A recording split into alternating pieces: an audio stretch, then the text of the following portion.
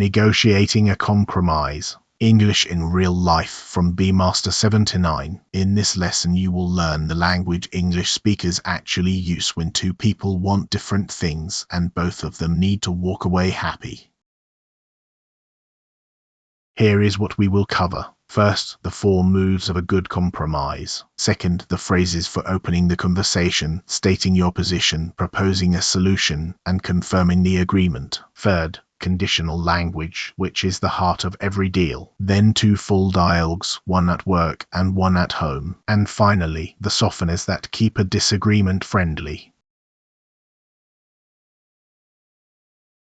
Before the language, one idea. A compromise is not a defeat. It is an agreement where each side gives up something small in order to protect something big. The real skill is knowing which is which, and then saying so clearly, without sounding rigid, and without sounding resentful. So the key idea is this. Name what you can be flexible about, and name what you can't.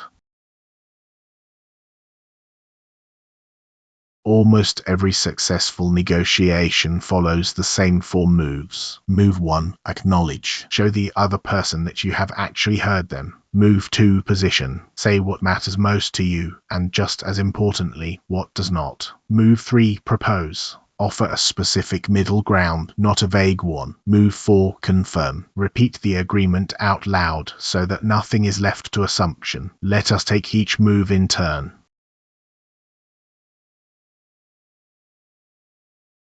Move 1 begins with how you open. Signal early that you want a solution, not a fight. Can we find a way that works for both of us? Would you be open to a middle ground? Let us see if we can meet halfway. I would like to find something we can both live with. Can we talk this through before we decide? Notice how every one of these is a question. A question invites the other person in. A statement can shut them out.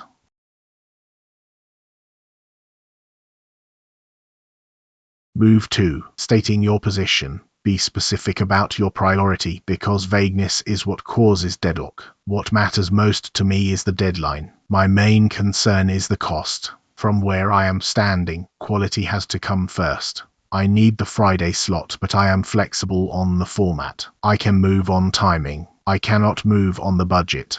That last pattern is extremely useful. I can move on this. I cannot move on that. It hands the other person a map of where the deal is.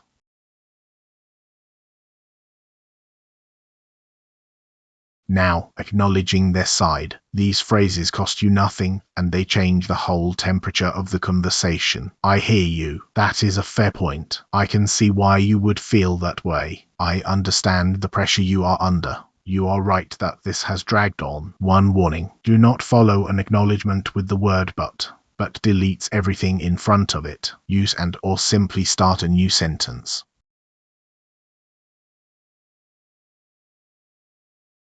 Move 3. Proposing the middle ground. Concrete beats clever. Give the other person something they can actually say yes to. What if we split the difference? How about we start with a trial run? Would it help if I took the first half? Here is what I can offer. 2 days instead of 5. Could we try it my way this time, and yours next time? What if, and how about, are the 2 softest ways in English to put an idea on the table. They make a proposal sound like a thought, not a demand.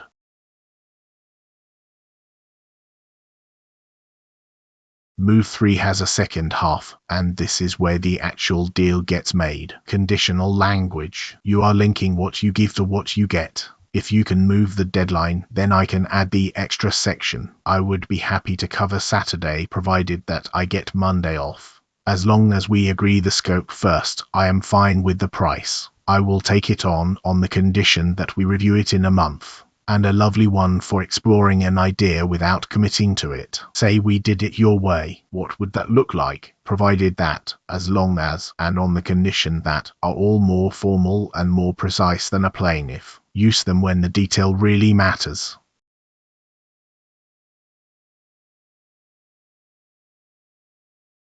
Let us hear the 4 moves in action. Dialogue 1. At work. Daniel and Maya are colleagues. A client report is due on Friday, but the data section is not ready. Listen out for all 4 moves. Please note, Daniel and Maya are invented characters, and this dialogue was written for this lesson. It is a teaching example, not a recording of a real conversation. Maya, can we talk about Friday before you send anything? Of course. Is the data section still a problem? It is. I understand the client is expecting the full report. Yeah. And I would rather not be the one to tell them it is late. What matters most to me is that the numbers are right. I am flexible on when they land. Okay, so what were you thinking? What if we send the summary and the charts on Friday and the data section on Tuesday? That could work provided that we warn them today. I would rather manage expectations than miss a deadline. Agreed. So, summary Friday, data Tuesday, and I will draft the email this morning. Perfect. Let us go with that.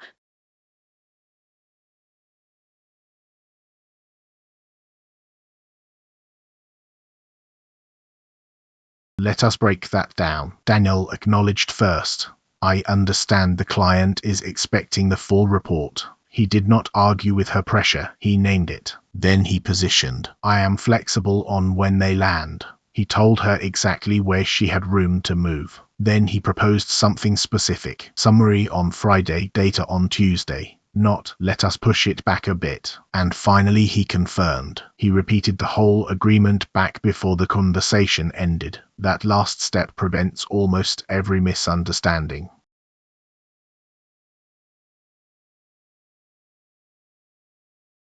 Now the same 4 moves in a completely different register. Dialogue 2, at home. Sam and Priya share a flat, and the washing up has become a problem. Listen to how much more informal the English becomes, while the underlying structure stays exactly the same. Again, Sam and Priya are invented characters, and this dialogue was written for this lesson. It is a teaching example.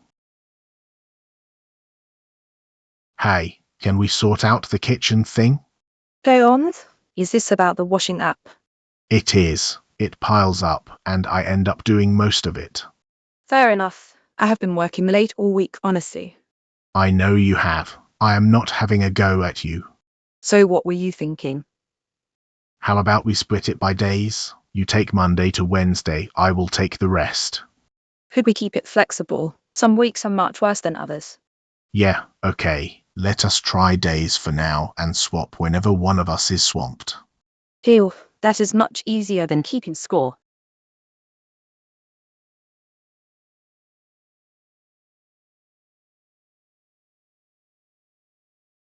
Put the 2 dialogues side by side and you can see the register shift clearly. The move is identical, only the words change. Would you be open to a middle ground becomes, can we sort this out?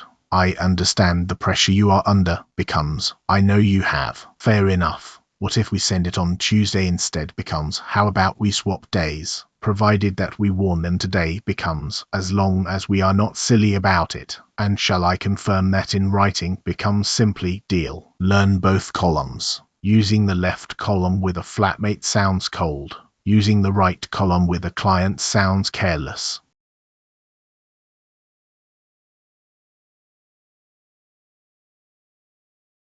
A short word about softeners. In English, the difference between firm and rude is usually just a few extra words. No becomes, I would rather not, if that is okay. That is impossible becomes, that might be tricky, to be honest. You are wrong becomes, I see it slightly differently. Do it this way becomes, could we possibly try it this way? And I do not like it becomes, I am not sure it is quite right yet. Notice that the softened versions are not weaker. They say exactly the same thing. They simply leave the other person somewhere to stand.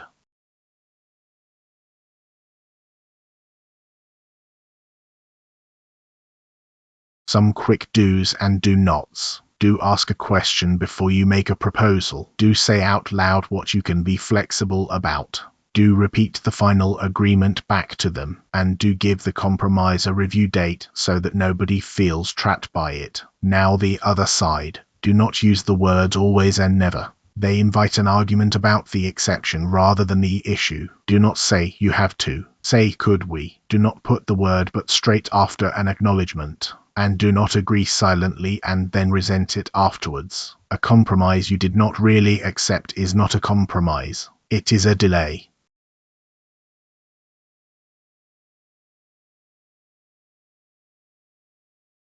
Your turn. Pause the video here and complete each gap out loud. Number 1. Blank. We started with a trial run instead. Number 2. I would be happy to help. Blank blank. You give me a day's notice. Number 3. I blank blank. That is a fair point. Number 4. I can move on the date. I blank move on the budget. Pause now and say your answers aloud. Speaking them matters more than thinking them.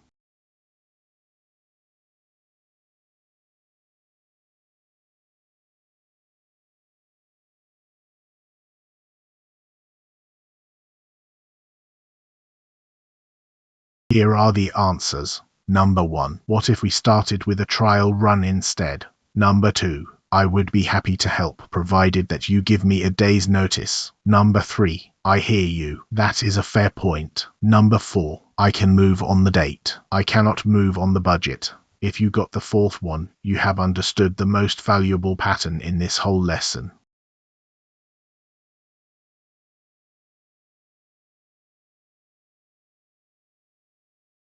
Let us recap. 4 moves. Acknowledge. I hear you. I understand the pressure you are under. Position. I can move on timing. I cannot move on the budget. Propose. What if we split the difference? Confirm. So, summary Friday, data Tuesday. Agreed. Acknowledge. Position. Propose. Confirm. Take those 4 into your next difficult conversation in any language, and it will go better.